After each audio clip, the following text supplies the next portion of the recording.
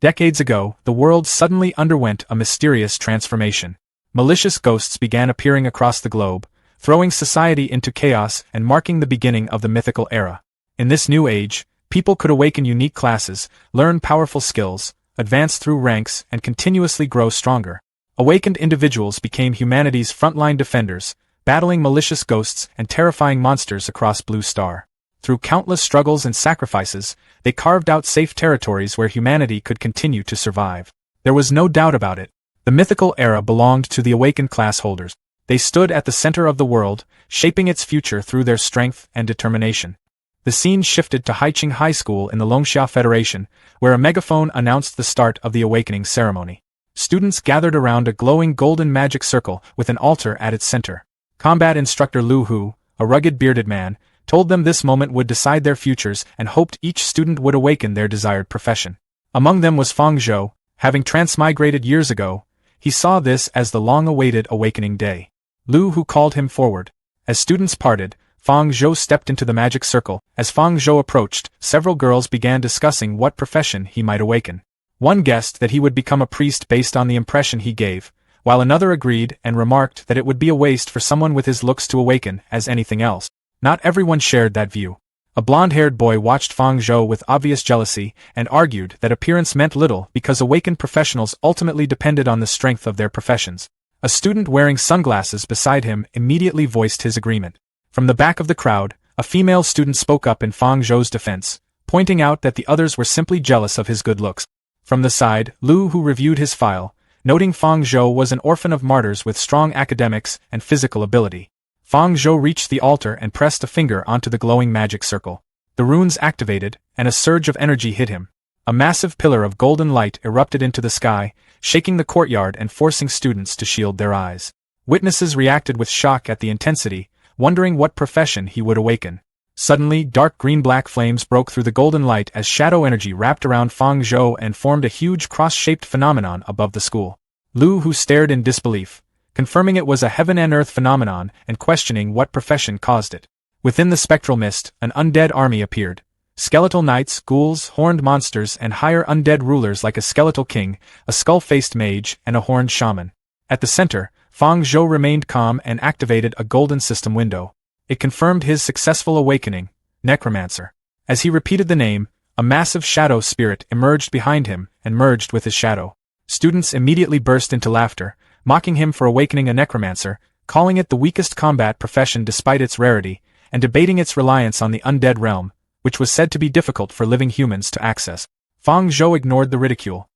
His status panel appeared showing Necromancer, apprentice lower rank, and low base attribute. He clenched his fist as a system activated, congratulating him for awakening the Undead Realm Experience system. The system explained it had linked him to the Undead Realm, created an undead clone, and allowed him to explore, devour undead, level up, and even summon the clone into reality at risk. Fang Zhou examined the green skull flame in his hand, realizing the system suited his profession perfectly. He activated the system, and his vision shifted to the Undead Realm. There, a towering skeletal warrior in dark armor stood in a ruined wasteland. Fang Zhou realized this was his clone and learned he could temporarily possess it, gain experience, and that slain undead could later be summoned in the real world.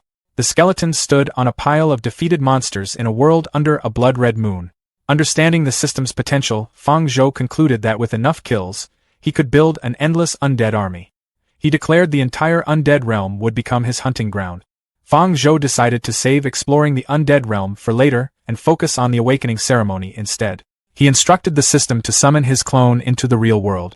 The system responded immediately, and a green, ice-shaped magic circle formed beneath him. Ethereal chains and glowing runes surged upward as a pillar of green flame appeared, gradually materializing his armored skeleton clone wrapped in a dark cloak. Fang Zhou noted that it could be fully summoned in reality and was currently his strongest summon.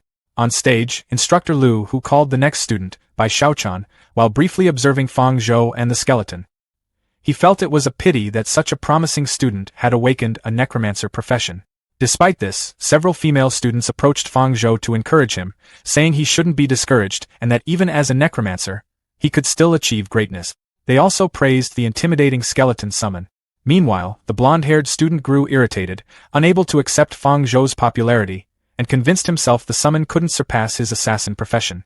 He decided to destroy it, assuming novice necromancers could only produce a limited number of summons. He quietly activated a concealed weapon skill, Silent Sleeve Arrow, and fired a high-speed projectile at the skeleton's head. At the last second, the skeleton vanished in a burst of wind, causing the attack to miss completely. Before the student could react, the skeleton reappeared behind him and struck him with a heavy blow, sending him crashing to the ground and knocking him out. Fang Zhou then walked up calmly. The injured student tried to retreat and reassess, assuming Fang Zhou himself must be weak despite the summoned strength. In desperation, he charged again with a purple dagger aimed at Fang Zhou's throat. Fang Zhou stopped the attack instantly by catching his wrist mid-strike. Green lightning energy surrounded his arm as he dismissed the boy's overconfidence, then slammed him into the ground with overwhelming force, destroying the grass and leaving him heavily injured and unconscious. Fang Zhou casually remarked that the situation was boring, then left the courtyard with his skeleton following behind. Instructor Lu who soon arrived and asked what had happened. A female student explained that Lu Renjia attempted a sneak attack and was instantly defeated, while another added he was taken down in a single hit. Students reacted with surprise, noting that necromancers were supposed to be weak, yet Fang Zhou had dominated the fight. Lu Renjia was later helped up by classmates but still glared in Fang Zhou's direction, swearing revenge. Seeking privacy, Fang Zhou went to a secluded courtyard behind the school, with his skeleton guarding him. He opened the system interface again, and it prompted him to begin the Undead Realm experience. Fang Zhou weighed the risks and benefits, deciding that exploring the Undead Realm was necessary for growth and could allow him to devour undead to become stronger, despite the dangers. He confirmed the activation. Dark energy engulfed him, and his consciousness faded. He awakened in the Undead Realm beneath a blood-red moon, in a wasteland of bones, volcanic rock, and skeletal trees. A skeletal hand burst from the ground as his armored clone rose into the world.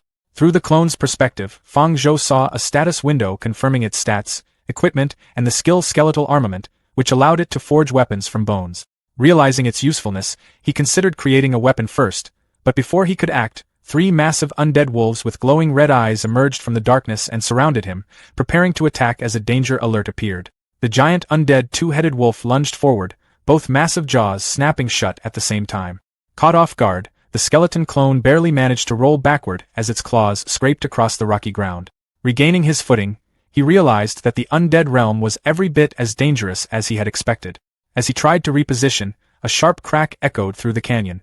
Looking down, he discovered that his foot had become trapped in the ribcage of an old buried skeleton.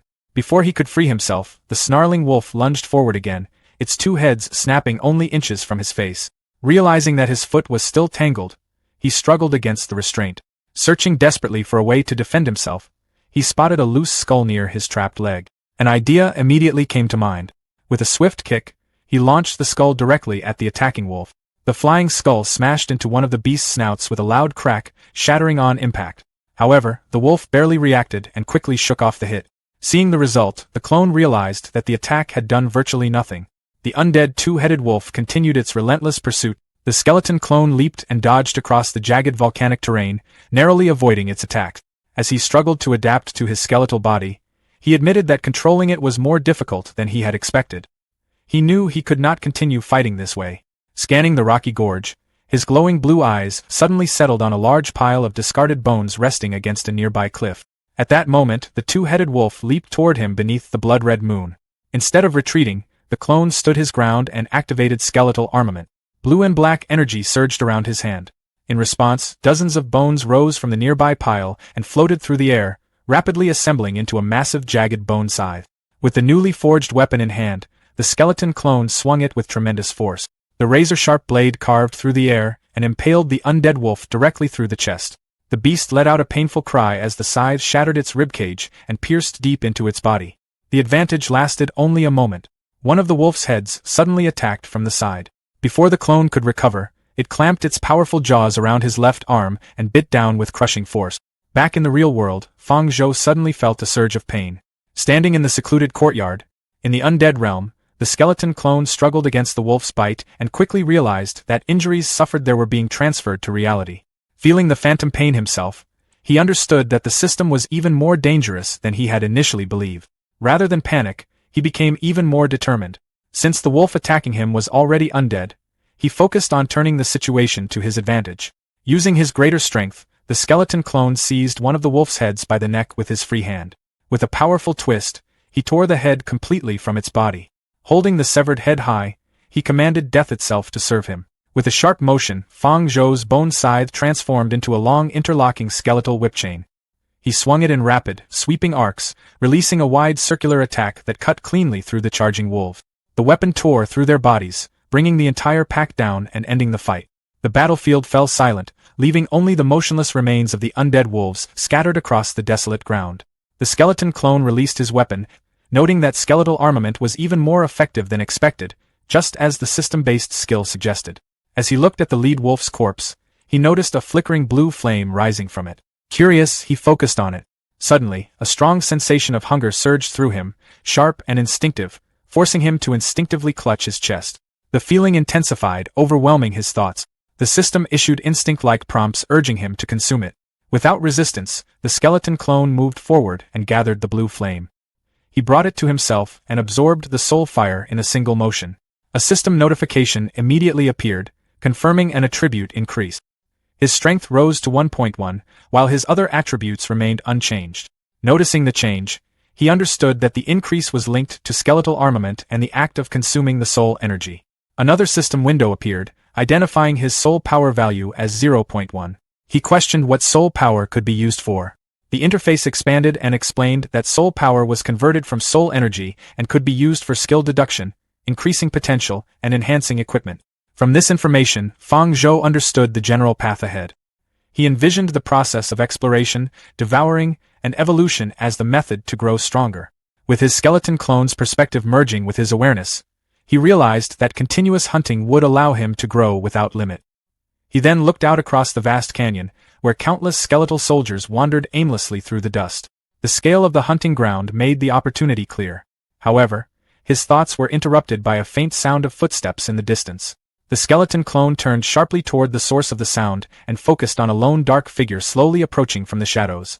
In the dark canyons of the undead realm, a mindless wandering skeleton wielding rusty twin blades slowly approached Fang Zhou's clone. A green system window immediately analyzed the target and identified it as cannon fodder summoned by necromancers, describing it as an apprentice-level undead creature with a frail body and no intelligence, noting that its weakness lay in its soul fire. Seeing the target, the skeleton clone raised his hand and activated skeletal armament. Dark energy gathered from the nearby bone pile and formed a massive jagged bone spear in his grip. The system confirmed that the equipment bone spear had been successfully forged. With the new weapon, the skeleton clone moved forward at high speed and thrust the spear through the chest of the incoming skeleton. The impact shattered its ribcage and released a burst of blue soul fire. The system recorded an increase in agility and soul power. Without stopping, the clone rotated the spear and smashed another wandering skeleton into dust, which triggered another increase in constitution and soul power. He continued absorbing the soul flames as he fought, and the accumulation of power became visible. After clearing the enemies, he reviewed his current status, noting significant increases in all attributes and a large amount of accumulated soul power. Despite his growth, he reflected that it still was not enough and decided he could become even stronger. The setting shifted back to Haiqing High School under bright daylight. Fang Zhou was in the secluded courtyard when he was suddenly called by a familiar voice. A girl, by Xiaochan, stood beside him and tried to get his attention. As he came back to awareness, he was surprised to see her there and asked why she had come. She immediately noticed a wound on his left arm and reacted with concern, pointing it out. Fang Zhou saw that the injury matched the bite his clone had received in the undead realm. Misunderstanding the situation, Bai Xiaochan assumed he had been harming himself due to dissatisfaction with his new profession and criticized him for it. Fang Zhou realized he had been misunderstood and decided that he needed a more private place to conduct future undead realm sessions. He told her the wound was just a minor scratch. Bai Xiaochan remained doubtful but was interrupted by the school bell signaling the start of meditation class. She suggested they return to class, and they began walking together toward the main building. As they walked, Fang Zhou suddenly felt sharp pain in his chest and began coughing. Bai Xiaochan immediately insisted on taking him to the infirmary, but Fang Zhou insisted he was fine. At that moment, a system warning appeared, noting that his undead realm session had lasted too long and advising him to pay attention to his physical condition. Fang Zhou then noticed that his real-world attributes had increased, showing improvements in strength, constitution, agility, and spirit, along with a new option labeled deducible skill. He became focused on the new system feature, realizing it could potentially allow him to create new abilities, similar to top-tier awakened professionals. The bell rang through Haiqing High School's teaching building as students sat in their classroom. At the front, Shun Hongyu, the teacher responsible for meditation class, introduced herself. Holding up a meditation manual, she explained that it contained the basic meditation methods corresponding to each student's profession. She instructed everyone to use meditation to display their professional abilities. Shun Hongyu went on to explain that meditation increased spirit power, the foundation of professional skills. She assured the class that failing at first was normal and mentioned that even she had needed half a month of practice before she could achieve it. Fang Zhou listened quietly from his seat, showing little interest in the speech. At that moment, a system prompt appeared before him, informing him that the skeleton meditation method had been detected and could be quickly deduced to the entry stage. It asked whether he wanted to begin learning it. Fang Zhou immediately chose to learn the skill. Energy gathered around his head as the system completed the process. A notification soon informed him that he had successfully learned the skeleton meditation method. The skill description stated that it was an apprentice-level entry-stage meditation method for necromancers that could gradually increase the spirit attribute through visualizing a skeleton. Fang Zhou considered the explanation and found it unsurprising. To him, visualizing a skeleton was no different from looking at his own skeleton clone. More importantly, Fang Zhou realized that whenever his clone entered the undead realm, it also counted as a form of meditation. That meant that while his main body rested in the real world, the skeleton clone could continue cultivating inside the undead realm. In effect, he could train around the clock. A system notification soon appeared, reminding him that entering the undead realm consumed spirit power. If the growth of either body was neglected, the resulting burden could become dangerous. Understanding the risk, Fang Zhou wasted no time and sent the clone back into the undead realm. The skeleton clone immediately resumed hunting low-level undead creatures.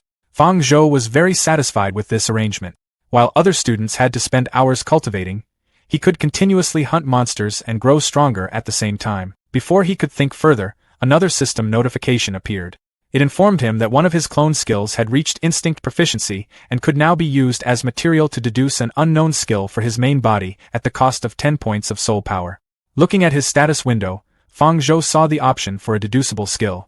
He then understood that the deduction function mentioned by the system earlier had to be carried out in the undead realm. Armored skeleton clone prepared to perform the deduction. The clone initiated the process, and a system interface appeared with a progress bar indicating that a new skill was being analyzed. Moments later, the deduction succeeded. The newly obtained skill was Bone Javelin.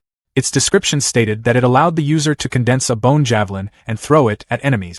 The attack dealt both armor-piercing physical damage and death energy damage, while its quantity, power, and range depended on the user's spirit attribute and skill proficiency.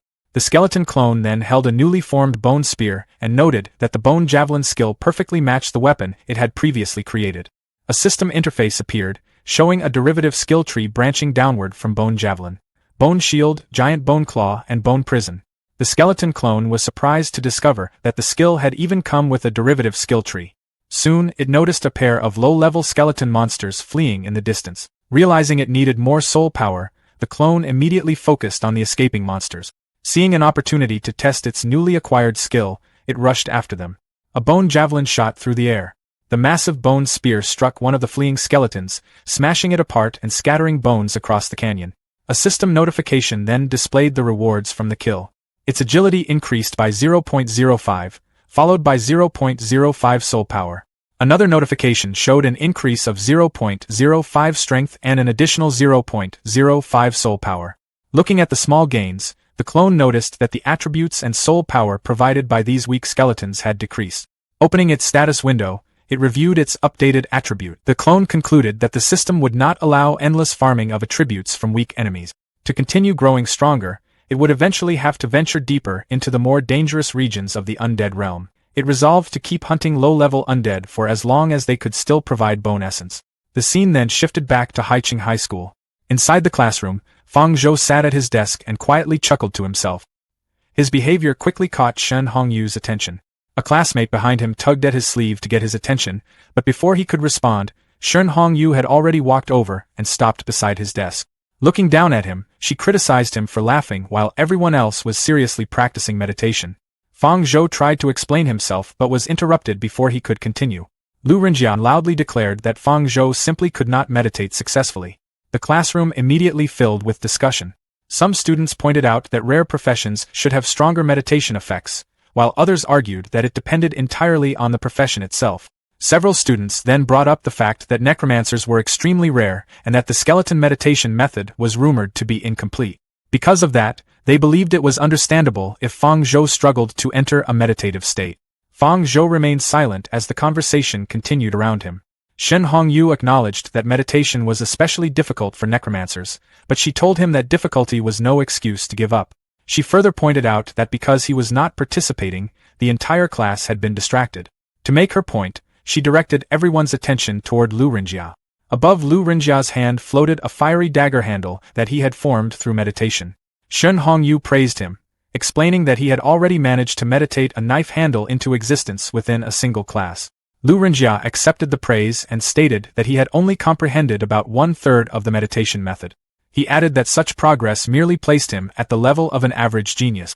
He then looked directly at Fang Zhou and arrogantly remarked that Fang Zhou should now understand the gap between a necromancer and other professions. Fang Zhou remarked that the speed was indeed quite average. Lu Rinjia was stunned by the comment and immediately argued that Fang Zhou had not even entered meditation himself and should look at his own situation before bragging. Before the argument could continue, a surge of dark green energy burst forward and forced Lu Rinjia backward. At the same time, Fang Zhou told him to step aside. Shen Hongyu looked over in surprise and told Lu Rinjia to focus on his meditation. She then walked to Fang Zhou's desk and demanded an explanation, reminding him that meditation class was meant for learning meditation and not for fighting. Fang Zhou calmly stood up and explained that he had only wanted Lu Rinjia to move aside. He added that he wanted to show his teacher the results of his meditation progress. Bai Xiaochan watched nervously from nearby. Around the classroom, students began whispering among themselves. Some wondered whether Fang Zhou had actually succeeded in meditating, while others argued that even if he had succeeded, he could not have progressed very far. Ignoring the discussion, Fang Zhou activated the skeleton meditation method. A powerful wave of dark energy erupted from his body and swept through the classroom. The force alone pushed several students backward. Shen Hongyu grabbed her hat to keep it in place as she stared at the scene in disbelief. She could not understand how someone could achieve such progress within a single class period. Behind Fang Zhou, the phantom image of his armored skeleton clone appeared. Standing within the swirling energy, Fang Zhou confidently remarked that compared to an average genius, he was probably 100 million times better. At that moment, Instructor Lu who entered the classroom. He commented that their results with the meditation methods seemed quite good. He then announced that there would be a test the next day. Fang Zhou looked over in surprise and asked about the test. The announcement immediately caused an uproar throughout the classroom. Students complained that combat class was arriving too soon, while others worried that they had not even reached the entry stage of their meditation methods yet. Amid the commotion, Lu Rinjia shot Fang Zhou a hostile look. He inwardly mocked him, believing that combat class would be completely different from meditation training. In Lu Rinjia's view, Fang Zhou was only a weak mage, and he was confident that Fang Zhou would not be able to keep showing off once the fighting began. In the undead realm, mindless skeleton monsters wandered through the rocky canyons. The armored skeleton clone moved across the barren landscape. Through its connection with the clone, Fang Zhou observed that after reaching the entry stage of the skeleton meditation method, the amount of time he could remain in the undead realm had increased significantly. Determined to make full use of that advantage, the clone raised its bone spear and resolved to kill as many undead creatures as possible before its spirit power ran out. It immediately charged forward. The clone cut through one skeleton after another, smashing them apart as dust and debris filled the canyon. As the battle continued, it pushed itself harder, determined to defeat even more undead. Eventually, after destroying a large number of skeletons, the clone slowed down. Leaning on its spear, it realized that most of its spirit power had already been exhausted. At that moment, a system notification appeared. It informed the clone that Fang Zhou's professional level had increased and that the accompanying skeleton clone could now be strengthened. The clone noted that its efforts had not been wasted and immediately accepted the upgrade. A pillar of green light engulfed its body as the system began the enhancement process. When the light faded, the clone emerged in upgraded armor. Its status window displayed the new information. Its rank had advanced to Apprentice Middle. Its attributes had increased to Strength 5, Constitution 3, Agility 3, and Spirit 3. Its equipment remained a bone spear of gray inferior quality. Its skills now included skeletal armament at instinct proficiency and a newly acquired skill called Brutal Strike at the entry stage. Its soul power remained at 10. A second notification confirmed that the upgrade had automatically granted the new skill. The clone was surprised to learn that upgrading could provide additional abilities. The skill description explained that Brutal Strike allowed the user to instantly unleash tremendous strength in an attack, with the power determined by the user's strength attribute and skill proficiency. Satisfied with the result, the clone concluded that the new skill would allow it to eliminate undead creatures more efficiently. Before it could continue, a wave of weakness swept through the clone as its remaining energy rapidly drained away. It quickly realized that it had become distracted by the upgrade and skill notifications and had forgotten that its spirit power was already overdrawn. Unable to continue, the clone dropped to one knee and supported itself with its spear. The scene then shifted to Haiqing High School's sports field. Students walked along the running track, while Fang Zhou sat on the concrete steps with a hand pressed against his forehead. His head ached from excessive spirit power consumption, and he recognized that his current spirit attribute was still too low. Bai Xiaochan approached and asked what was wrong. She pointed out that he had looked unwell ever since meditation class and had been in that condition throughout the week. Fang Zhou gave a tired smile and told her that he was fine, explaining that he had simply been practicing too much every day. At the same time, he reminded himself that no one could learn about the system. To avoid exposing it, he decided it would be safer to enter the undead realm only when he was alone. As they spoke, Lu Renjia passed by with another student. Looking over at Fang Zhou, Lu Renjia mocked the necromancer profession, claiming that Fang Zhou had become weak after only a little extra meditation practice. His companion joined in, saying that reaching the entry stage of a meditation method was nothing special. Lu Renjia then added that, in the end, true value came from strength, not meditation progress. Bai Xiaochan stepped forward and defended Fang Zhou, arguing that he had never offended anyone and questioning why Lu Renjia and his friends kept targeting him. Lu Renjia dismissed her complaint, insisting that he was only telling the truth. Fang Zhou then walked over and calmly asked Lu Renjia whether he wanted to be beaten again. The comment immediately angered Lu Renjia. He argued that he was no longer the same person he had been a week earlier. As he clenched his fist, orange energy gathered around his hand. Lu Renjia proudly revealed that he had already learned a professional skill and claimed that defeating Fang Zhou would only take a single move. Before the argument could escalate, a stern voice ordered everyone to stop. The students turned and saw instructor Lu Hu approaching. Lu Hu reprimanded them, reminding them that the school taught combat skills to fight vicious ghosts, not to settle personal disputes with classmates. Lu Renjia quickly backed down and admitted his mistake. Lu Hu then turned to Fang Zhou. Referring to Fang Zhou's performance in meditation class, he advised him to work just as hard in combat training. Fang Zhou politely agreed. As Lu Hu walked away, Fang Zhou noticed that the instructor seemed to be paying special attention to him. A moment later, Lu Hu stepped onto the center of the sports field and ordered the students to assemble. The class quickly gathered. He then instructed a student to bring out the equipment for today's lesson. Soon, two students pushed a large covered cart onto the running track. Fang Zhou watched with curiosity as Lu Hu pulled away the covering. Beneath it stood a humanoid test golem. Lu Hu explained that it was an apprentice-level test golem used to measure attack and defense capabilities. Using the weakest Abyss Demon unit, the Imp, as a reference, he explained that a defense value of 100 was required to block its claws head-on. One student examined the worn-looking machine and questioned whether it might break under their attack. In response, Lu Hu struck the golem's head with a loud metallic clang and declared that no new student had ever managed to destroy one. He even promised that if anyone could dismantle a test golem through their own strength that day, he would personally apply for a reward of 20 alliance contribution points for them.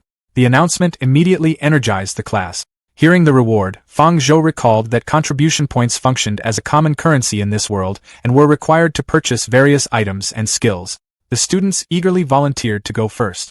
Lu Hu organized them into a line and announced that the testing would begin with the common professions. A dark-haired student stepped forward and cast Fireball. The spell exploded against the test golem, but Lu Hu announced an attack score of only 48 and told him that he still needed more training. The disappointed student complained that the attack had felt much stronger than the result suggested.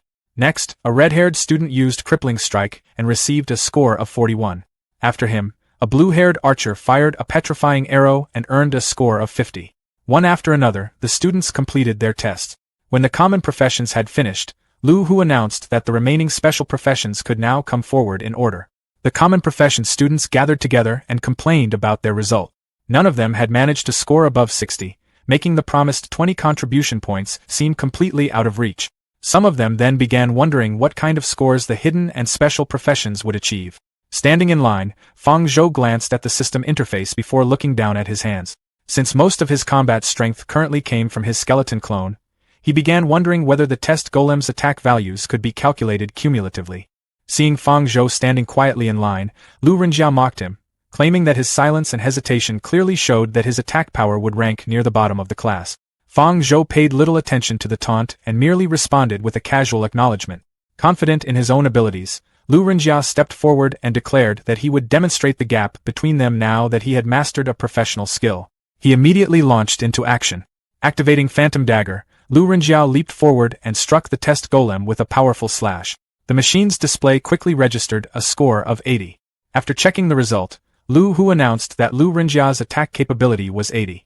Pleased with the outcome, Lu Renjia proudly pointed to it as proof of the strength of his hidden profession, Phantom Assassin. However, one of the students reminded him that he was not the only person in the class with a hidden profession. Lu Hu then checked his clipboard and called Yi Fan forward.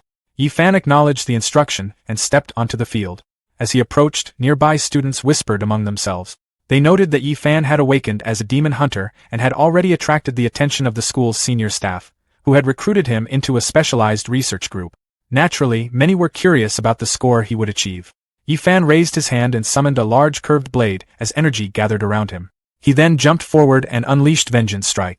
The test golem displayed an initial score of 65.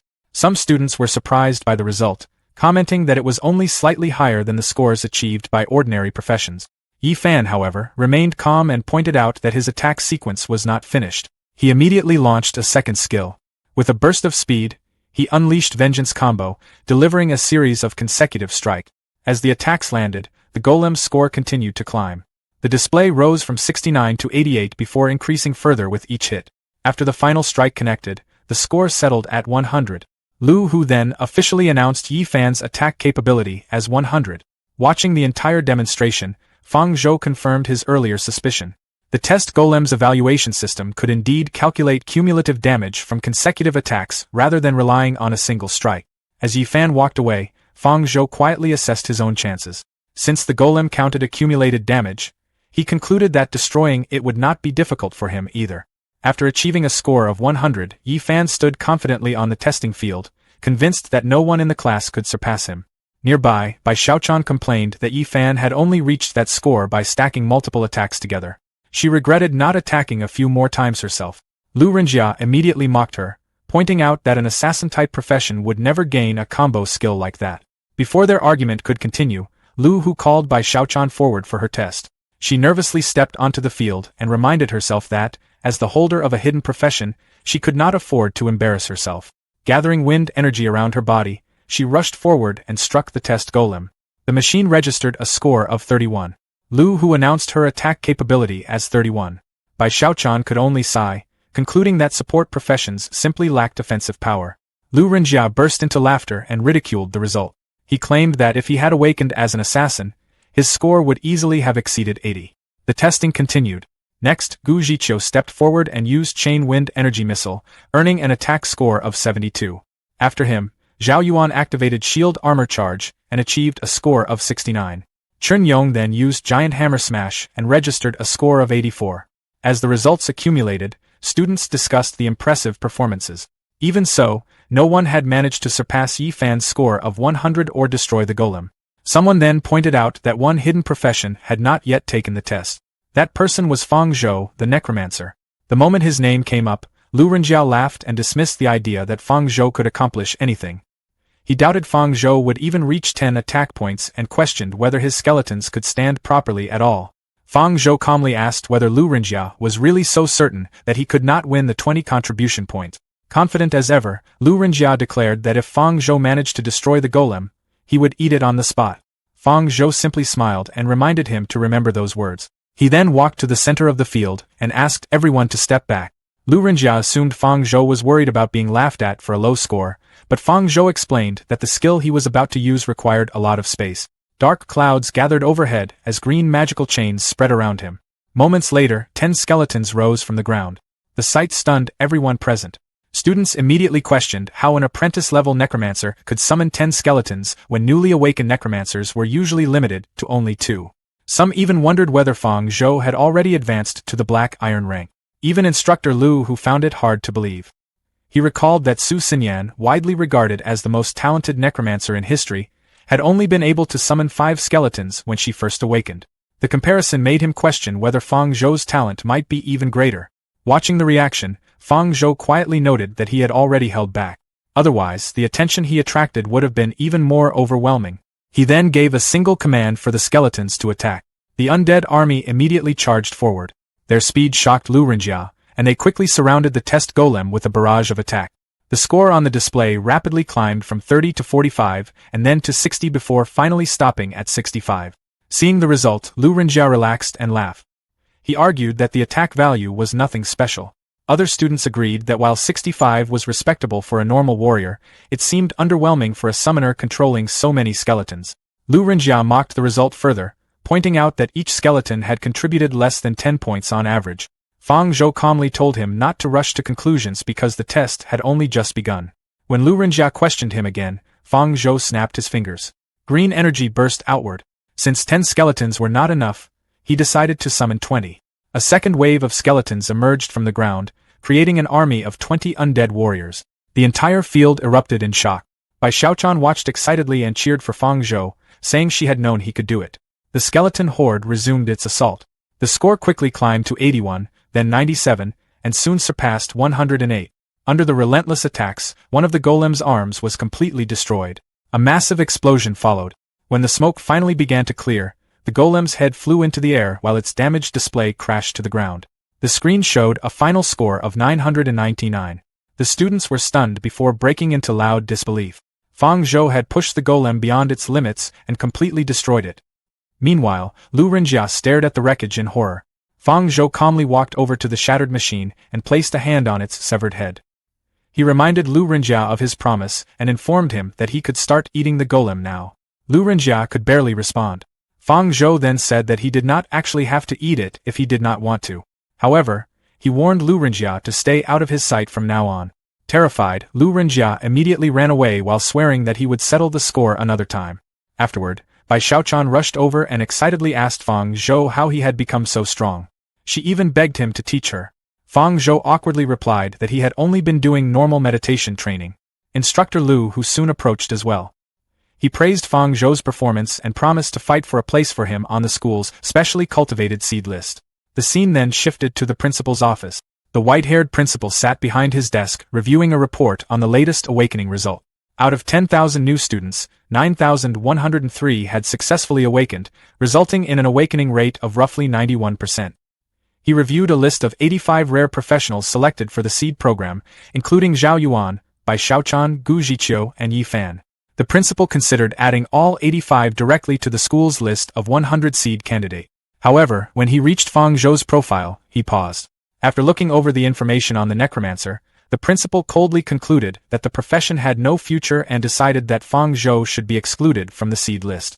In the principal's office, the principal was seated at his desk when he instructed someone to come in. Instructor Lu entered quickly with several papers in hand.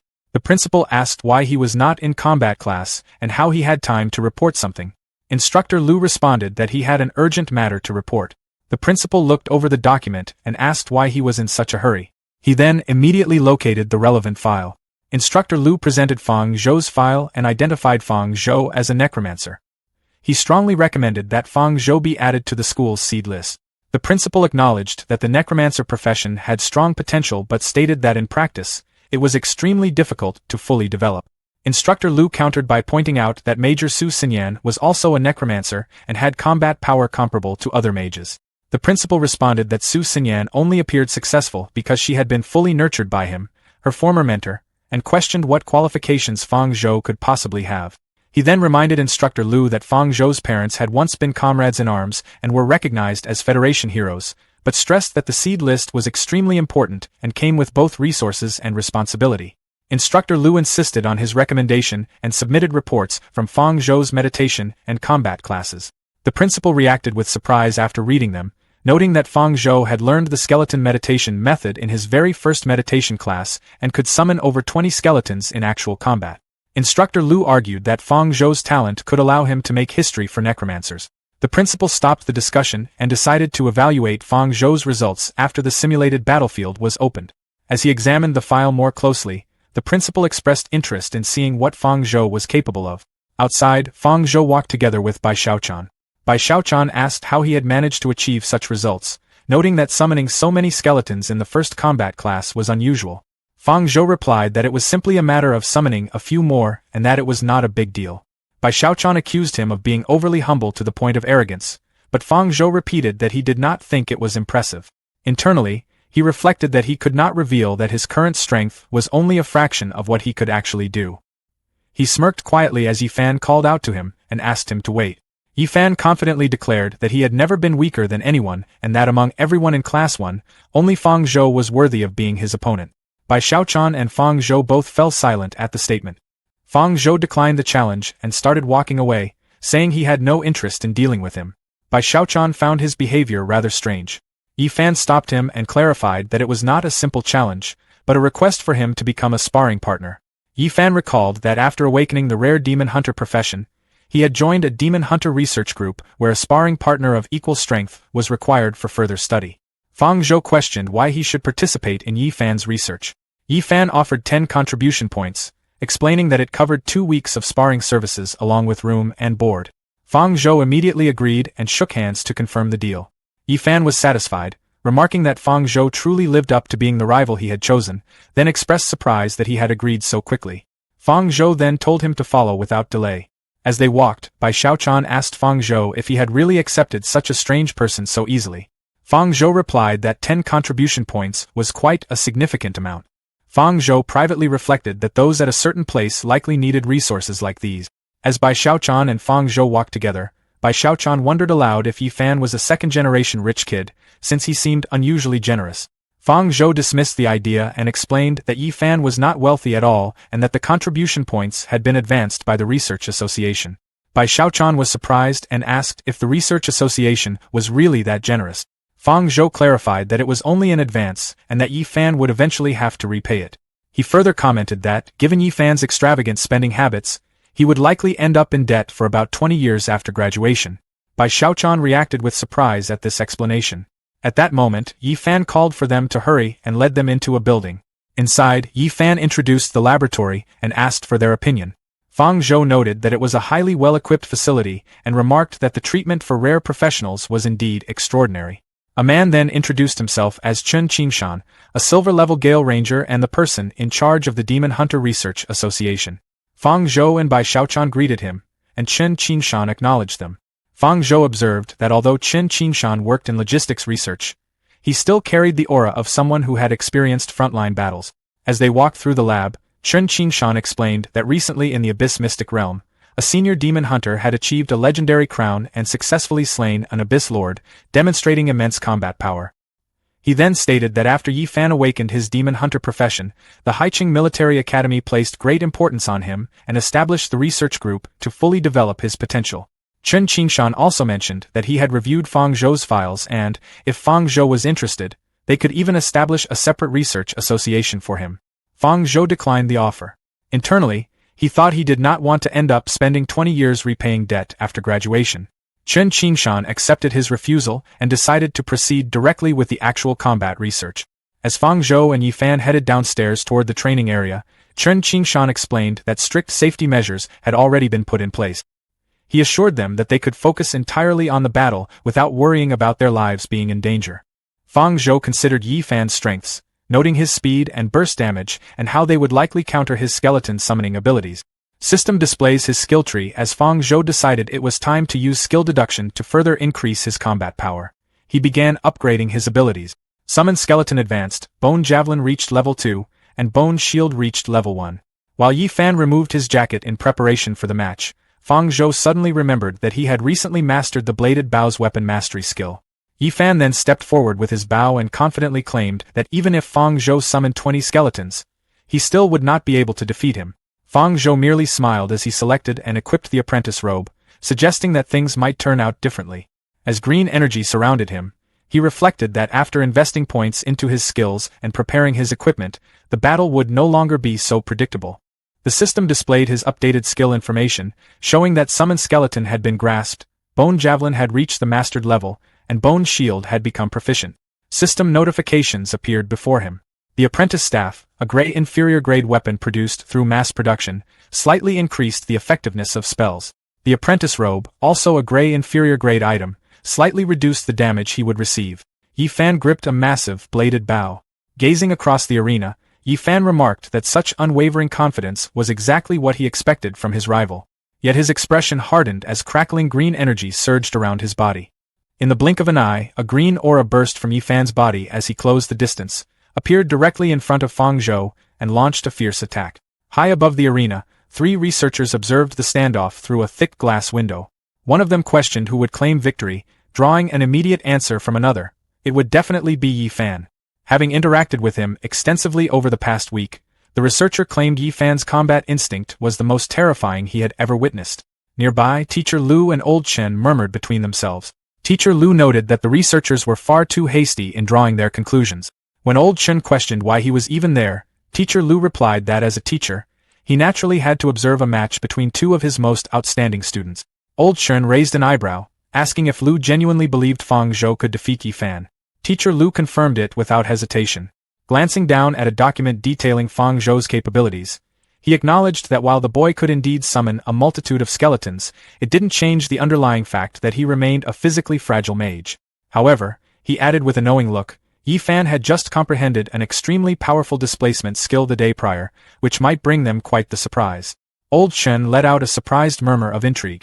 Without warning, Yi Fan lunged forward, swinging his massive bladed bow in a vicious arc toward Fang Zhou.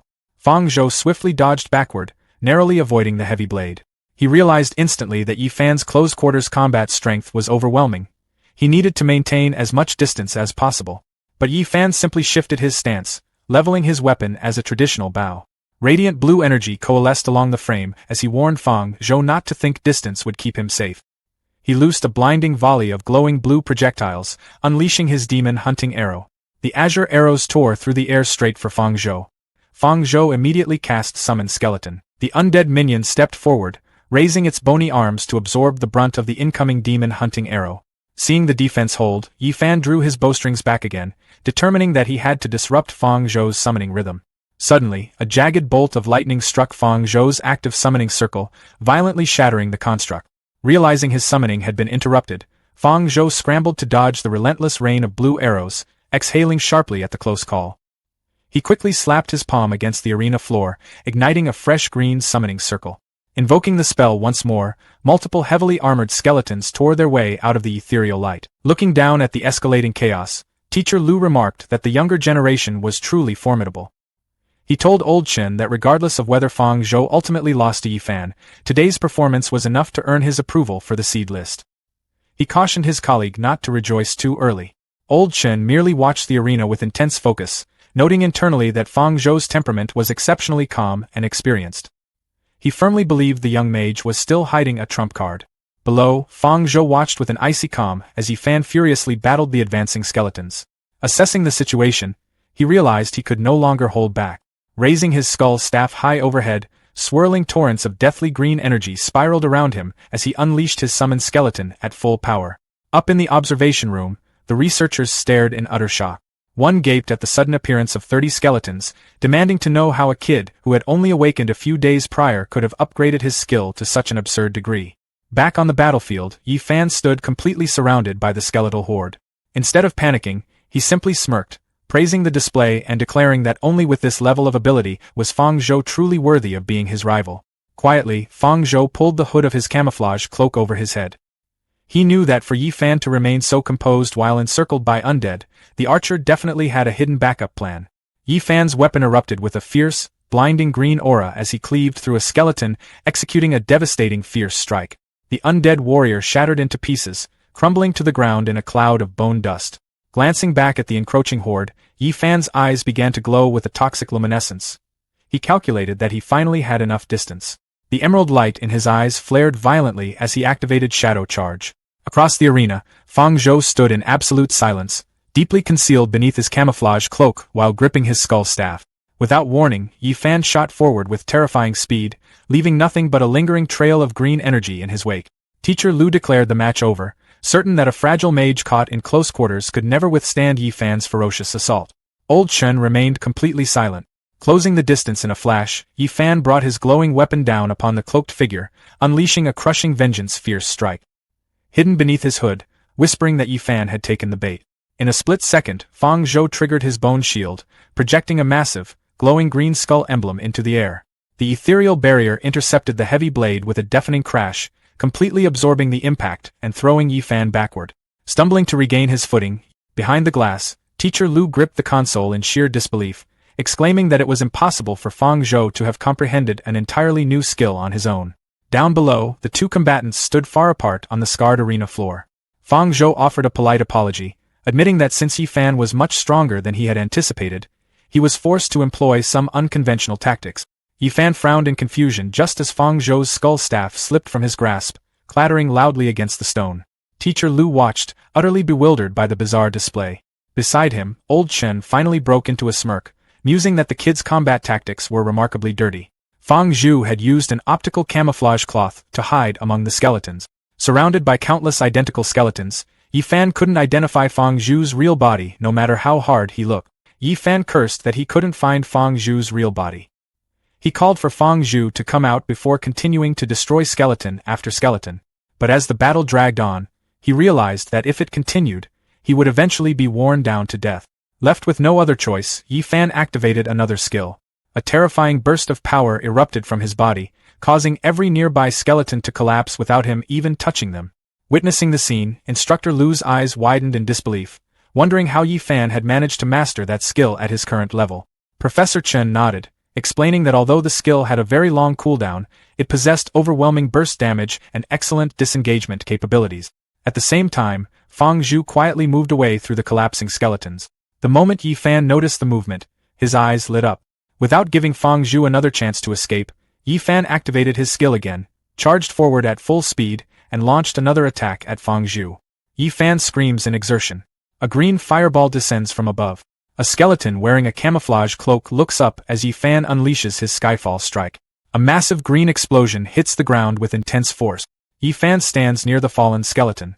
Holding his bow, he declares that while his opponent's strength is great, he also has his pride and cannot lose. Looking up, he urges them to hurry and call the medical staff over, stating he doesn't want to cause any casualties.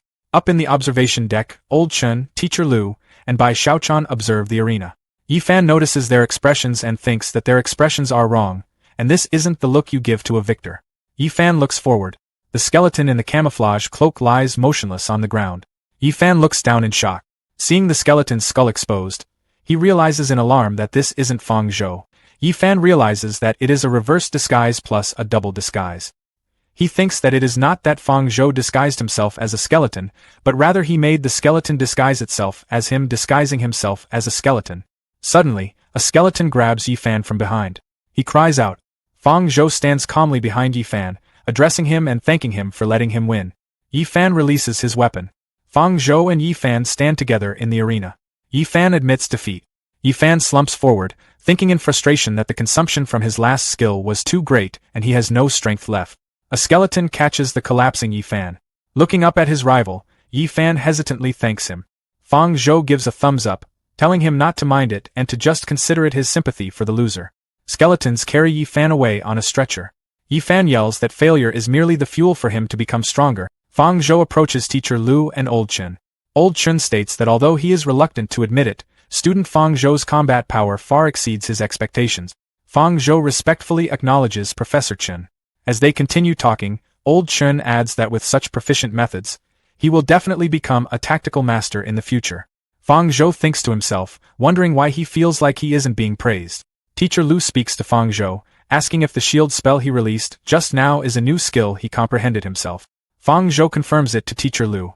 Displaying a glowing bone shield and bone javelins, Fang Zhou explains that he gained some insights while practicing Summon Skeleton and comprehended 2 new skills. He states that he named them Bone Javelin and Bone Shield. Old Chen and Teacher Lu look forward in silence. Teacher Lu claps Fang Zhou on the shoulder, praising him as a good boy who really knows how to give them surprises. Fang Zhou asks his teacher to please be gentle. Turning to Old Chen, Teacher Lu notes that since Brother Qingshan happens to have professional equipment here, they should test Fang Zhou's new skills. Old Chen agrees with no problem, stating he will go arrange it. Fang Zhou leans forward tiredly while Teacher Lu holds him up. Fang Zhou explains to his teacher that his spirit power has bottomed out, so he is afraid he cannot test these 2 new skills. Teacher Lu tells him he doesn't need to worry about such a small matter at all. Looking at a box filled with spirit power recovery potions, Fang Zhou asks if they are pouring draft beer there, thinking about chugging it from the bottle.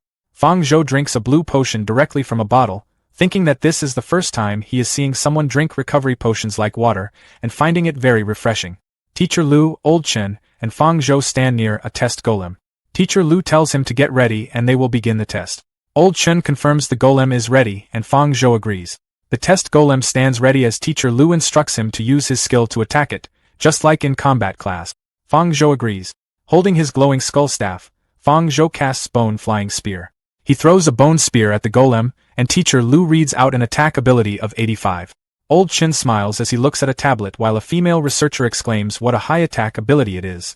Old Chen notes that for a newly awakened student, it is exceptionally outstanding, adding that the key is that this is his self-created skill.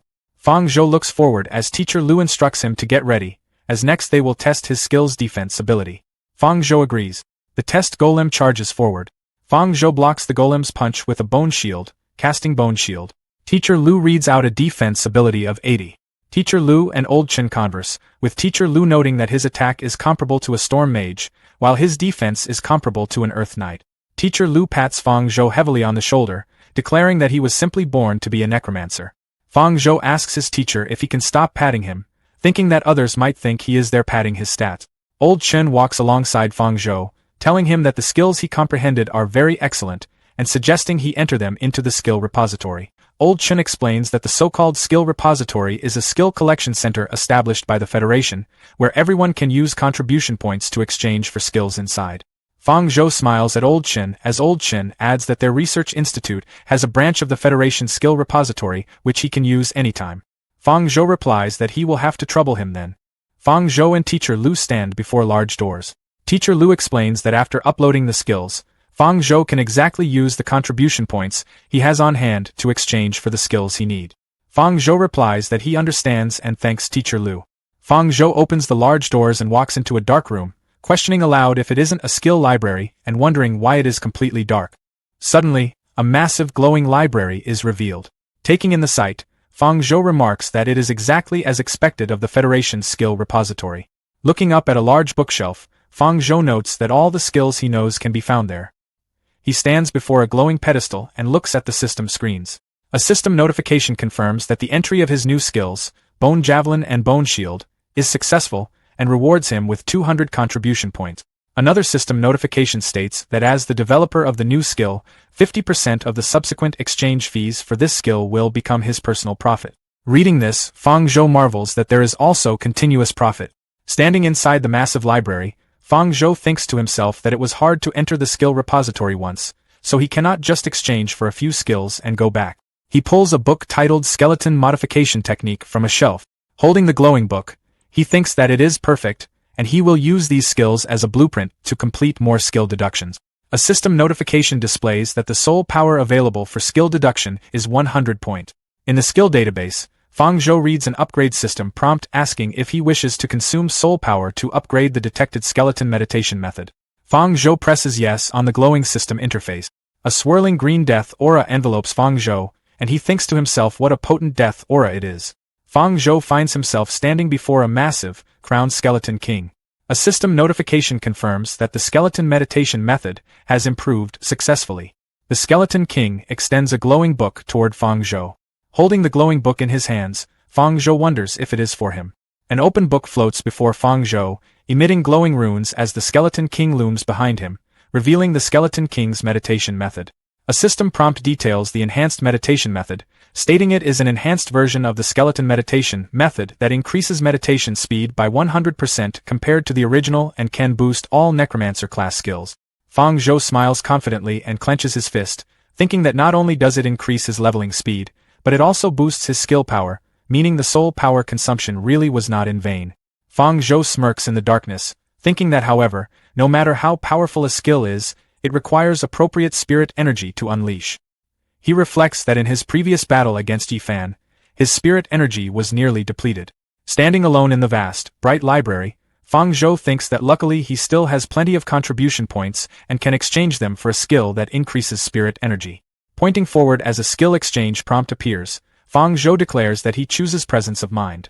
A system notification confirms that Fang Zhou has consumed 20 contribution points and the skill exchange is successful. Fang Zhou looks at an open book showing a meditating figure, noting that this skill can passively increase the spirit recovery speed for magic users, and when activated, it can restore an additional amount of spirit energy. Fang Zhou reads a system prompt about consuming soul power, thinking that the only flaw of presence of mind is its high learning difficulty, but for him, that is no obstacle at all. The system detects the learnable skill material and asks if he wishes to consume 10 soul power points to master it quickly. Fang Zhou presses yes. Holding the glowing blue book, a final system notification confirms that the skill presence of mind has been mastered successfully. Fang Zhou admires his glowing blue aura in the library, noting that very well, there is a noticeable improvement in spirit recovery speed. Smiling confidently, he thinks to himself that in his current state, if he faces Yifan again, he thinks he could simply overwhelm him with an army of skeletons. Holding a stack of books, Fang Zhou thinks about acquiring Vine Entanglement, Swamp Spell, Earth Wall Spell, Spiderweb Spell, and Ray of Weakness, deciding he can exchange these skills first as well to serve as a reference for future skill upgrades. A system notification confirms that Fang Zhou has consumed 60 contribution points and the skill exchange is successful. Looking at items inside a glowing display case, Fang Zhou thinks that possessing skills alone isn't enough, as he needs gear with appropriate power to complete the setup, noting that an apprentice low-tier user with an F rank can only use poor gray-white grade equipment. Reaching for the display, a system prompt confirms the gear exchange is successful, consuming 40 contribution points. Fang Zhou wears his new hat and a glowing necklace, which the system describes as a poor gray apprentice necklace that can slightly increase spirit recovery speed. A glowing green apprentice ring appears on his finger, described by the system as a poor gray standard assembly line ring that can slightly reduce skill cooldown time. Finally, a system prompt details the apprentice mage 4-piece set, stating it increases training speed and skill proficiency improvement speed by 10%. Fang Zhou smiles as a green aura envelopes him, thinking that this will make his leveling speed much faster. Walking down a grand hallway in the library, Fang Zhou thinks that this harvest is truly bountiful and the Federation's skill database is exceptional as expected. A large skeleton clone suddenly appears behind Fang Zhou. The skeleton clone looks at him as Fang Zhou thinks that he almost forgot. The skeleton clone also needs matching skills. 3 glowing skill books float in the air, and Fang Zhou thinks that weapon mastery, parry, and war cry are 3 skills essential for the skeleton clone to learn. A system prompt confirms another successful skill exchange, consuming 30 contribution points. Fang Zhou closes the glowing book named Weapon Mastery, thinking that even though the skill database is impressive, it is quite taxing on contribution points, and he is not sure if he will find another good job like this as a training partner in the future. Back in the arena, Old Chen, Teacher Lu, and Fang Zhou talk. Old Chen asks how it went and if he learned any new skills. Fang Zhou confirms that yes, the gains were enormous this time.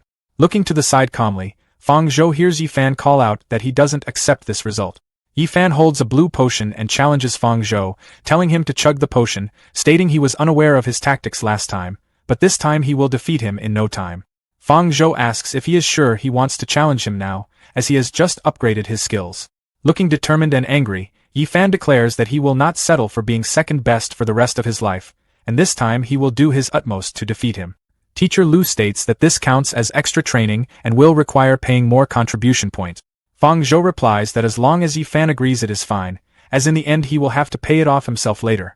Tossing the blue potion back to Yifan, Fang Zhou says they should begin then, adding that he will give the potion back as Yifan might need it in a bit. Yifan stammers in anger, yelling furiously as green energy flares. Fang Zhou stands calmly amidst a green energy trail as Yifan yells out Heavenfall Strike. Observing the fight, Bai Xiaochan remarks that Yifan used his ultimate move right from the start, praising his combat instinct as truly brilliant and noting a blitz attack is his only path to victory. As Old Chen wonders how Fang Zhou will handle this after obtaining new skills, a large green summoning circle appears beneath Fang Zhou. Bai Xiaochan watches in surprise, asking if he will just use summon skeleton like before. Within seconds, the battlefield is completely overwhelmed as thousands of skeletons erupt from the magic circle, flooding the area in all directions. A deafening explosion rocks the ground.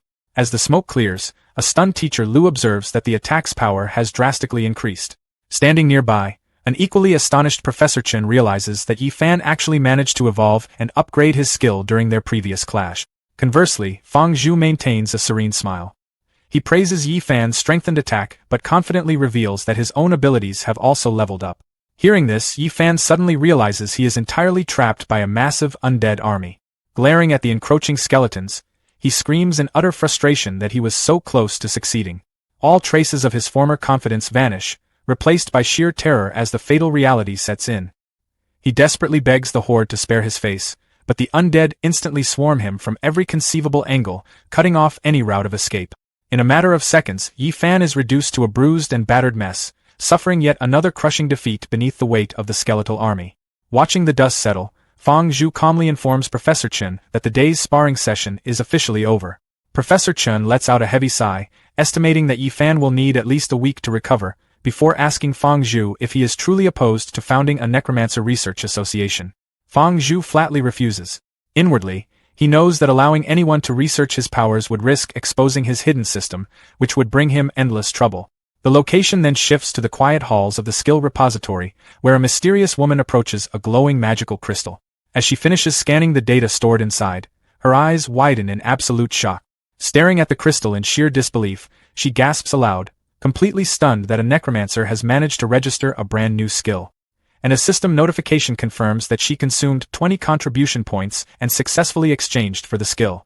She reads the glowing green skill book, noting Bone Javelin and Bone Shield. She thinks to herself that to think skeleton-type spells could be used like this means the developer of this skill is absolutely a genius.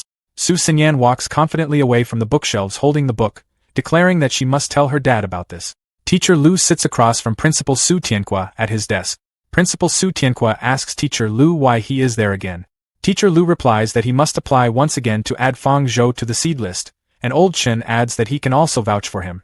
Principal Su Tianhua drinks his tea while asking Old Chen why he is also joining in on this nonsense, stating that even if a necromancer performs well now, they won't have enough corresponding strength skills to learn in the future. Principal Su Tianhua suddenly spits out his tea in shock as Teacher Lu explains that Fang Zhou has already comprehended 2 necromancer skills on his own. Old Chen stands next to Teacher Lu and explains to the principal that comprehending new skills is nothing, but the important thing is that the skill's effects must be good, and starts to describe his skill intensity. Su Xinyan walks into the office holding the skill book, interrupting to announce to her dad that 2 new necromancer skills have appeared in the skill repository. Principal Su Tianhua looks confused, questioning if she means necromancer skills. Su Xinyan summons glowing green bone javelins and a bone shield, explaining that she roughly studied them for a bit, and although she hasn't finished learning them yet, the skill's effects are definitely amazing. Principal Su Tianhua and Su Xinyan converse, with Su Xinyan asking her dad if he knows who the developer of these skills is, to which he stammers in reply. Su Xinyan looks excited with sparkling eyes, declaring that she wants to take him as her master. In the classroom, Fang Zhou meditates with his eyes closed. Yi Fan calls out to his rival, telling him to hurry and fight him. Yi Fan points at Fang Zhou while Bai Xiaochan stands behind him. Fang Zhou asks if he wants to fight again. Sitting at his desk looking bored, Fang Zhou asks how many times Yi Fan has challenged him already, and questions if he doesn't need to cultivate and improve. Yi Fan speaks confidently, saying this time is different. Yi Fan proudly points to an embarrassed Bai Xiaochan, declaring that over the past few days, with Bai Xiaochan's help, his strength has advanced by leaps and bounds and he can definitely defeat him. Bai Xiaochan clarifies that it was Yi Fan who begged her on his knees in public, and she only agreed to avoid misunderstandings. Fang Zhou looks over at Bai Xiaochan with interest, asking about her helping to improve strength. Bai Xiaochan explains her new skill with a smile, stating that when she was sleeping a few days ago, she comprehended a super useful support skill called Lullaby, which can speed up spirit power recovery speed and at the same time enhance the effects of meditation or training. Yi Fan stands beside Bai Xiaochan and explains the skill's limitation, noting that however, this skill can only be used 3 times a day, and he spent 2 contribution points every week just to exchange for this opportunity. Yi Fan leans aggressively over Fang Zhou's desk, while Fang Zhou thinks to himself, wondering if this guy wants to spend his entire life paying off debt. Yi Fan urges him on, stating that this time he has the confidence to defeat him. Fang Zhou looks down thoughtfully, thinking that regarding improving the effects of meditation and training, he wonders if it also has an effect on the skeleton Fang Zhou. Fang Zhou suddenly grabs Bai Xiaochan's shoulder, completely ignoring a shocked Yi Fan, and asks Xiaochan if she can sell her remaining usage of Lullaby to him. Bai Xiaochan hesitantly replies that it is not impossible, while Yi Fan yells at Fang Zhou not to ignore him. Fang Zhou raises his hand, casting Summon Skeleton. Standing surrounded by the summoned skeletons, Yi Fan hears Fang Zhou tell him to play with these skeletons first and to remember to transfer the contribution points to him after he finishes. Yi Fan curses him, asking how he dares look down on him like this. Fang Zhou turns to Bai Xiaochan and politely asks her to use Lullaby on him. She agrees. Bai Xiaochan casts Lullaby on a seated Fang Zhou, enveloping him in glowing green musical notes. In the red-skied undead realm, the skeleton clone meditate. The skeleton clone acknowledges the status effect of Lullaby, noting that it is very good that the effect of lullaby can also influence the skeleton clone. A system prompt displays the skeleton clone's attributes, listing its rank as apprentice upper, attributes as strength 1.8, constitution 1.7, agility 1.7, and spirit 1.6, with a soul power of 50. Spotting an enemy in the undead realm, the skeleton clone remarks that it can use them perfectly to test out the clone's skill effects. An enemy skeleton charges forward with a spiked club. The skeleton clone tightly grips its bone spear and blocks the incoming attack using parry. A system prompt details the mechanics of the parry skill, stating it is grasped at the apprentice level and allows the user to assume a defensive stance to parry the next incoming attack, reducing the damage taken. The skeleton clone activates weapon mastery, transforming its grip. The skeleton clone violently smashes the enemy skeleton. The skeleton clone quickly spins its weapon around for a release. It then pierces the enemy's skull with a reverse thrust. Standing victorious, the skeleton clone notes that even the system rewards gained have increased by 10%, declaring that lullaby is truly a divine skill. A system prompt confirms a gain of 0.11 strength and 0.55 soul power. In the distance, two massive enemy skeletons approach. The skeleton clone violently smashes the ground with its weapon, unleashing a blue energy trail. As it dashes forward, system notifications confirm multiple gains of 0.11 strength and 0.55 soul power.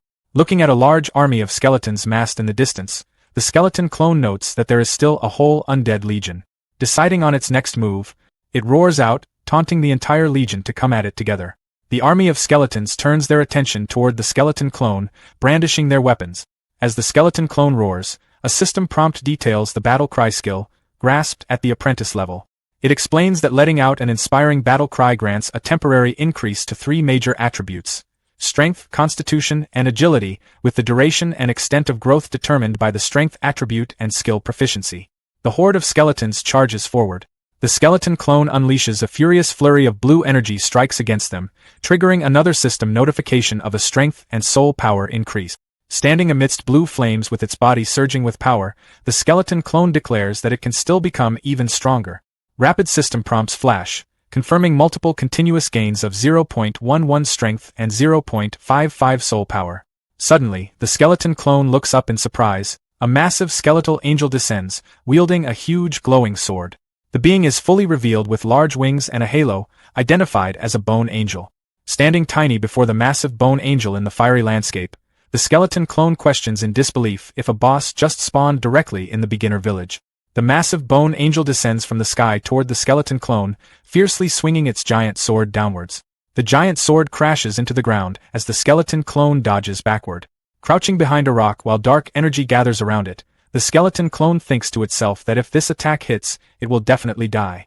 Leaping into the air toward the giant sword, the skeleton clone realizes that since defense is completely useless, it will take the initiative to attack.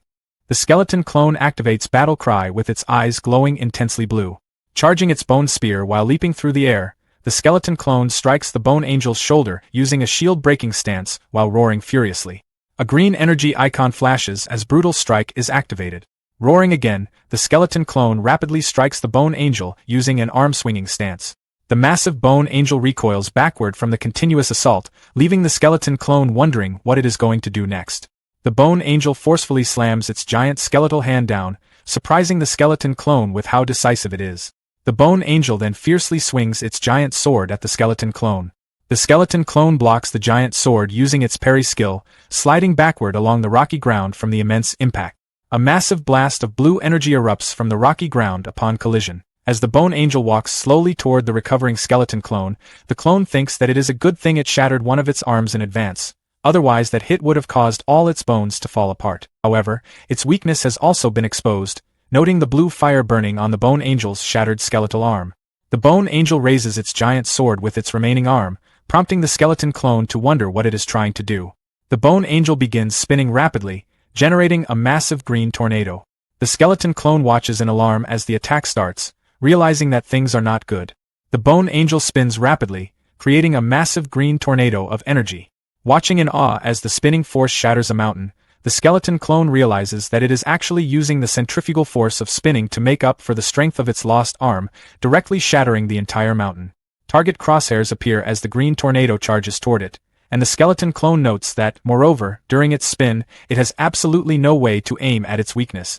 Backed against a steep cliff, Facing a dead end, the skeleton clone wonders in alarm where this bag of bones gets such a strong desire to fight, realizing with dread that it is a dead end. Looking determined as it faces the incoming sword wind, the skeleton clone resolves that it can only risk it all. It tightens its grip on its bone staff. As the violent green sword wind powerfully scrapes the rocky ground, the skeleton clone observes that just the sword wind alone is already enough to scrape bones and shear flesh. Spotting an opening, the skeleton clone activates charge, dashing forward with blue energy. It strikes the bone angel's leg, causing it to shatter while roaring fiercely. The skeleton clone mocks it, thinking that such a big guy actually has osteoporosis and should go back and get some calcium. The bone angel's chest is exposed, revealing a blue fire core. Realizing that the soul fire core is exposed, the skeleton clone decides that now is the time and throws multiple bone javelins directly at the exposed core. The bone angel looks down at the incoming attack in alarm and quickly folds its massive wing to block the javelins. Flapping its wings, the bone angel takes flight into the sky. The skeleton clone remarks that it knew it, as those wings couldn't possibly just be for show. The bone angel raises its sword, forming a giant glowing energy sphere. Standing ready as a system prompt appears, the skeleton clone adds that, unfortunately, its system isn't just for show either. A system prompt confirms that the fusion deduction of web spell and skeletal armament is in progress. A system prompt chimes to confirm the successful deduction of the bone shackles skill, detailing it as an apprentice-level, proficient skill that condenses undead mana into sturdy bone shackles to bind the enemy. It notes that the binding strength, duration, and casting distance depend on the spirit attribute and skill proficiency. The skeleton clone smiles, manifesting a glowing blue bone shackles icon, and remarks that it is very good and exactly as it deduced, observing that skill deduction can fuse the characteristics of other professional skills into even more powerful undead skills. The giant bone angel raises its sword, preparing to strike from the sky. Pointing 2 fingers forward to activate the spell, the skeleton clone taunts the creature about liking to fly. Massive blue chains suddenly erupt from the ground, tightly binding the bone angel. Firmly gripping the glowing chains and pulling them tight, the skeleton clone activates bone shackles and yells for it to get down. The bone angel crashes violently to the ground, weighed down by the chains. Forcefully pulling the massive chains downward, the skeleton clone advises the helpless bone angel not to struggle. The skeleton clone adds that the more it struggles, the more excited it gets. Standing tall and gripping its staff with a flaring blue aura, the skeleton clone executes the bone angel as a massive beam of energy pierces downward. The skeleton clone stands atop a rock, holding the blue soul fire from the bone angel, declaring that it will gladly accept it. As the blue soul fire absorbs into the glowing gem on its armor, a system prompt displays a massive gain of 100 soul power. The skeleton clone notes that it actually added so much soul power, but wonders why its body hasn't grown.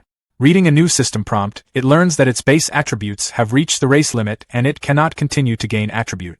The skeleton clone realizes that no wonder it can't continue to gain attribute. Gazing up thoughtfully at the vast, desolate red sky, the skeleton clone wonders what else is there above the sky and states that it wants to see.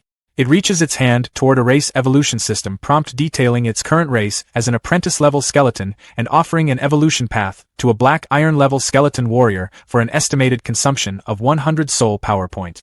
The skeleton clone presses yes. Dark swirling energy envelopes the skeleton clone as the evolution begins, with it declaring that its path of evolution officially begins now. The skeleton clone's face is then completely consumed by intense blue and black flames.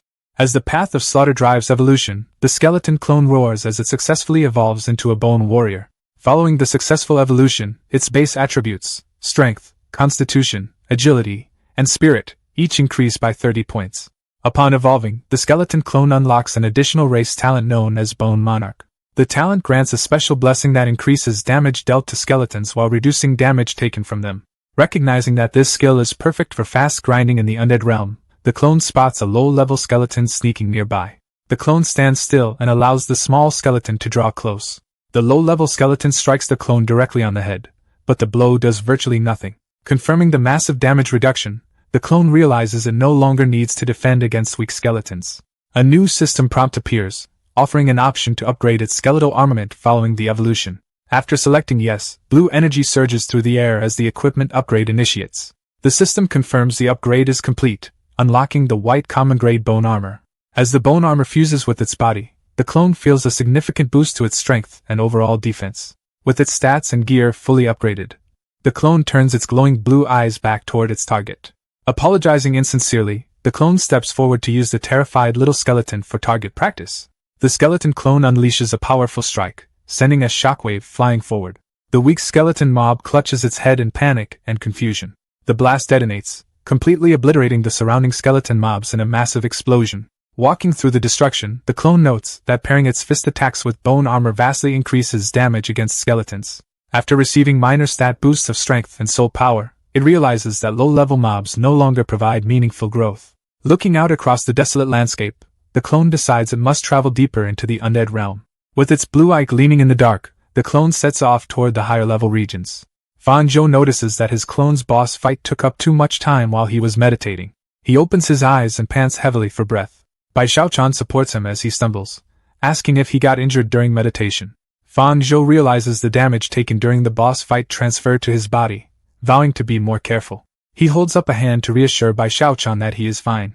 Yifan calls out to Fanzhou, stating that the summoned bones can no longer hold him. Yifan powers up with green energy as he breaks free from restraint. Yifan leaps forward, demanding a fair fight from Fanzhou. Fanzhou casts his skill, Bone Shackles, summoning chains that bind his opponent. Bound tightly by the spectral chains, Yifan groans in painful defeat. Yifan protests that the duel was unfair due to an unknown skill, but Fanzhou tells him to return once he saves up enough contribution points. Onlookers wonder if Fanzhou created the Bone Shackles skill himself, while a trapped Yifan begs the crowd for assistance. Fanzhou walks down the steps alone as evening approaches. Realizing it is already Friday, Fanzhou reflects on how busy he has been getting stronger, and decides it is time to visit home. He makes his way toward the Resource Exchange Department building. Fanzhou visits the Resource Exchange Department to swap 10 contribution points for 100,000 Lungxia currency. Although the receptionist warns him that contribution points are hard to earn, Fanzhou insists he needs the money immediately. The receptionist hands over a briefcase filled with cash, telling him he can contact her for future exchanges. Carrying the cash, Fanzhou thinks about how this money will help the children back home live a little better. Fanzhou arrives at the Yunduo orphanage, where children are playing outside in the courtyard. Sister Ruru watches the energetic kids and wonders how many of them will successfully awaken before Fanzhou calls out to her. Fanzhou greets Sister Ruru with a smile, while carrying bags filled with food. The children excitedly swarm around Fanzhou asking for treats, and he reassures them there is enough food for everyone. Sister Ruru asks Fanzhou about the results of his school's awakening test. Fanzhou reveals he awakened as a necromancer, and Sister Ruru kindly reassures him that any successful awakening is what truly matters. The kids nearby overhear, with one finding necromancy scary while another thinks skeletons sound super cool. To entertain them, Fanzhou summons 2 small, weakened skeletons. The children enthusiastically play around, tossing a skeleton's skull like a ball. Fanzhou then hands Sister Ruru a briefcase intended for the director. Suddenly, both Fanzhou and Sister Ruru sense an unexpected presence. A shady-looking man wearing a gold chain approaches with a smirk, asking if his arrival is disturbing them. At Yuduo Orphanage, a suspicious crowd gathers outside, looking like total bad news. Sister Ruru steps in front to confront them, asking why they're here early when they promised a couple of days. The thug shoves her down hard, screaming about how no one delays money owed to the Tiger Claw gang. Standing over her, the thug makes it clear that today is the absolute final deadline. If they don't pay up immediately, the entire orphanage land used as collateral becomes gang property. As the guy laughs, a little girl quietly sneaks up beside Sister Ruru. She suddenly hurls herself straight into the thug, declaring herself the world's #1 troublemaker defending her sister. The thug tried to kick the kid, leaving Sister Ruru screaming out for Xingxing in horror. Before the guy's foot can even reach the little girl, Fanzhou's skeleton clone swoops in out of nowhere to block the kick. The thug panics and stumbles back after his kick gets blocked by a literal summoned skeleton. Fanzhou steps up and places a reassuring hand on the little girl's head, ordering the thug to apologize immediately or face the consequences. One of the henchmen whispers to his leader, Brother Hu, pointing out that Zhou is just a necromancer. Ghost-faced martial artist Lu Hu ignites with aura and completely shatters the skeleton clone in one strike, dismissing Zhou as a trash class for trying to act tough. Fanzhou doesn't even blink at the display, casually wondering if this guy is supposed to be a professional. Walking alongside Sister Ruru, Zhou asks who these creeps are, and she explains they came from the Tiger Claw Training Equipment Company under the pretext of selling gear for the kids. Flashback shows the kids practicing on training equipment as Ruru reveals she and the director took out a loan to buy the gear early so the kids wouldn't fall behind. She explains that the company's entire business model was just a front for an illegal loan shark scam. Ruru anxiously bites her lip as compound interest makes the debt impossible to pay, causing Fang Zhou to snap at her for keeping such a massive problem a secret. The lead loan shark points aggressively at Zhou, warning him to stay out of adult business since a broke kid definitely doesn't have a casual 100,000 Longxia currency lying around. Zhou cuts him off mid-lecture by chucking a loaded briefcase straight at his face, yelling catch as the thug frantically grabs it midair. Zhou steps up to hand over the 100 grand and tells the thugs to scram, leaving Rura completely baffled at where he secured that much cash. The goon pops the briefcase open and confirms it's all legit, calling over his boss to verify the stack. Boss who hurls the briefcase straight into the dirt, yelling at his crew to shut their mouths. Gritting his teeth, who admits his boss wants the orphanage's land itself, making 100,000 look like absolute pocket change. Pointing his baton straight at Zhou, who scoffs at the money, while Zhou calmly demands to know what else they want since the debt is paid. Who flashes 5 fingers in Zhou's face, claiming the delayed payment bumped their total up to a wild 500,000. Rura panics at the crazy number, but Zhou just gives a calm smirk, realizing these thugs were only ever here to cause trouble. Who yells right back, openly admitting it, and questioning why a bunch of orphans deserve to occupy prime real estate. The Tiger Claw gang thugs charge him with weapons out, hyping themselves up to seize the orphanage land by force today. Fang Zhou just smirks at the little mob, casually dropping summon skeleton to match their minion energy. An ominous aura washes across the field, instantly making the blonde thug break into a nervous sweat.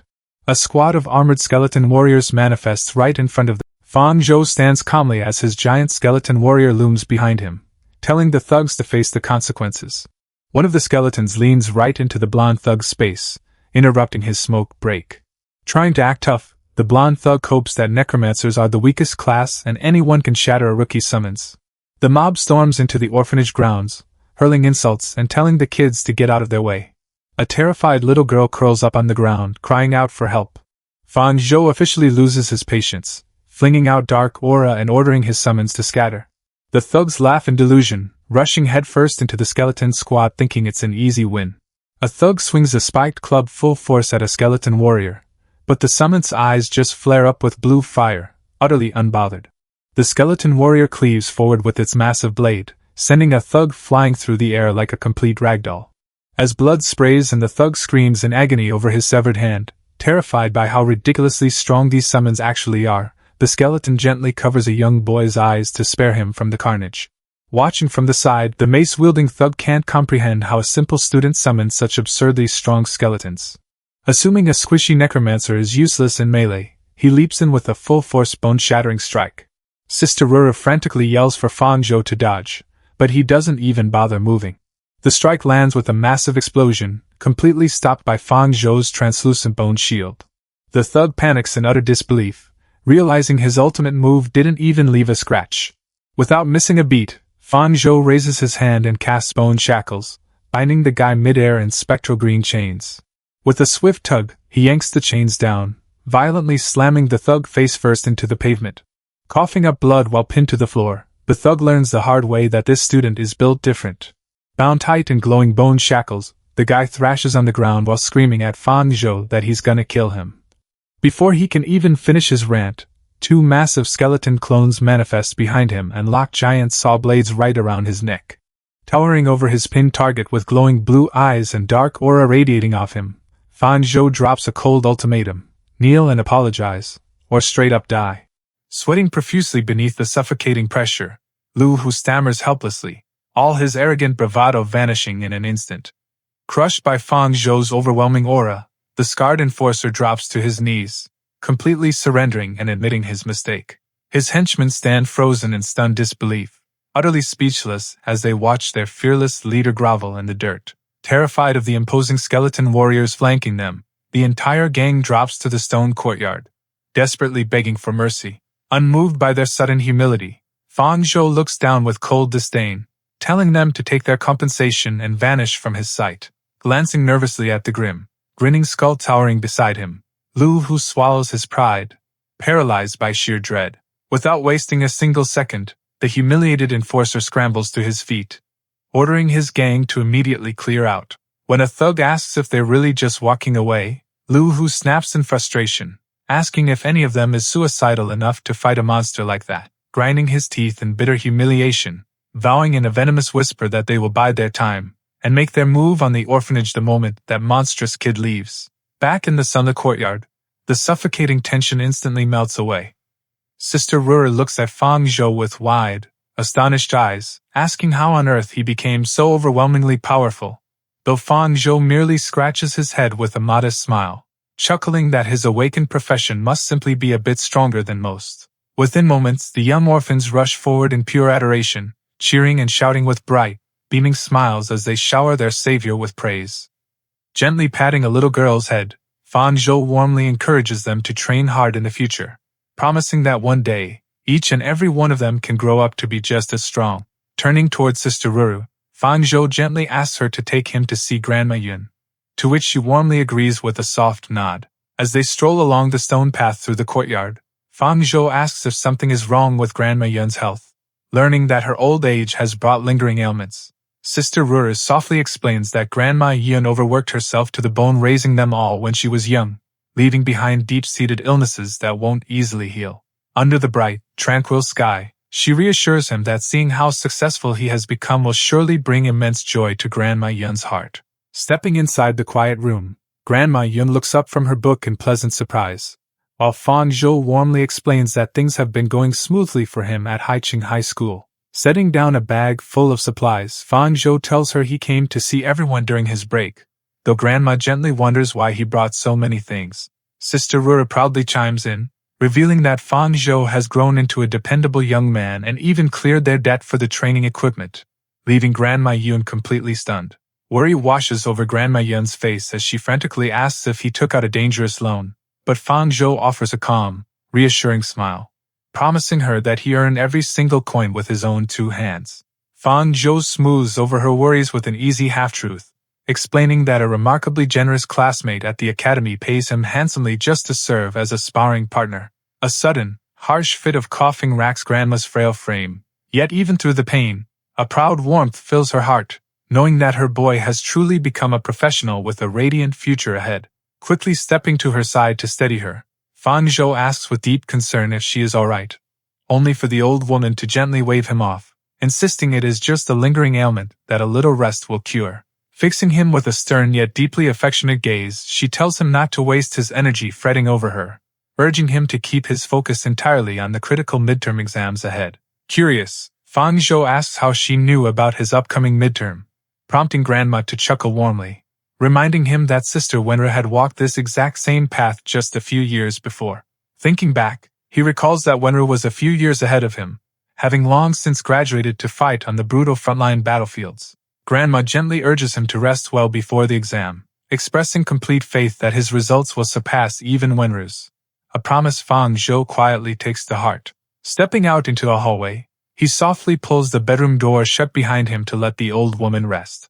Approaching Sister Ruru, Fang Zhou pulls out his communicator and transfers 20 contribution points, leaving her flustered and waving her hands in protest at such an immense gift. Placing a reassuring hand on her arm, he explains that since he cannot visit often, this is his only way to support everyone, leaving her touched and gently nodding in acceptance. Leading him down the hall, she mentions that Wenra's old room is currently unoccupied, offering it to him so he can settle in comfortably. She warmly asks if there is anything special he would like to eat, but Fang Zhou politely declines, reassuring her that he is more than capable of looking after himself. Fang Zhou stands in the quiet room, his gaze resting silently upon a framed photograph sitting on the desk. Picking up the picture of Sister Wenru, he softly reflects on her absence, wondering how she is holding up on the perilous front lines. Pushing the distant worries aside, he sits cross-legged upon the bed as a dark teal aura begins to flare around him, determined to ace the midterm exam and grow strong enough to protect Grandma Yun and the orphanage. With resolved focus glowing in his eyes, he issues the command to the system, plunging his consciousness directly into the undead realm. Under a blood-drenched sky and a sickly crimson moon, Fang Zhou's skeleton clone wanders deeper into the barren expanse, surrounded by the colossal, petrified ribcages of ancient beasts. With the weak mobs on the wasteland's outskirts no longer offering enough experience to level up, his glowing blue gaze turns toward the uncharted depths. Venturing further into the foreboding darkness, he casually crushes bone beneath his gauntlet, wondering what kind of formidable horrors might be lurking within. Emerging from the gloom, two armored undead stepped into view, a swordsman and an archer. Fang Zhou glances them over, noting their slightly better gear, though their presence feels just as ordinary as before. Without a moment's hesitation, the undead swordsman lunges forward, blade raised high while the archer takes aim from the rear. With a sharp metallic ring, Fang Zhou effortlessly raises his defense, cleanly halting the savage overhead slash right in its tracks. Staring down his attacker with a smug, glowing gaze, he silently mocks the foe, realizing the monsters deep within the wasteland aren't nearly as threatening as he had anticipated.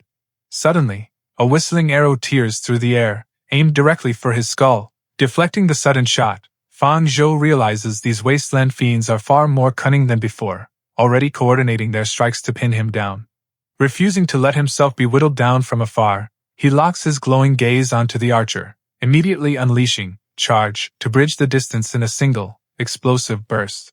Fang Zhou's strike hits only empty air, leaving him stunned as the skeletal warrior dissolves into a mere afterimage. Looking across the field, he realizes these fiends haven't just grown smarter. They're actively coordinating and casting combat skills. The shielded skeleton suddenly charges in, slamming its glowing green barrier straight into him with violent force. Reacting in a flash, Fang Zhou counters with afterimage strike, effortlessly cleaving straight through the armored monster. Gaining a quick boost of plus 0.3 constitution and plus 0.3 soul power, he immediately spots another volley of arrows whistling his way. Raising his defenses, he effortlessly parries the incoming barrage as the arrows shatter against his guard. Locking onto the distant sniper, Fang Zhou reels back and unleashes a lethal bone javelin. The projectile streaks across the battlefield, obliterating the skeletal archer on impact. With a brittle crunch, the fallen archer disintegrates into ash, releasing a luminous wisp of azure soul fire that drifts across the gloomy battlefield. Absorbing the essence directly into his skeletal frame, a system prompt flashes, boosting his agility and soul power by 0.3. Letting out an exhausted sigh, Fang Zhou mutters to himself, realizing the treacherous depths of the undead wasteland are far more lethal than he ever anticipated.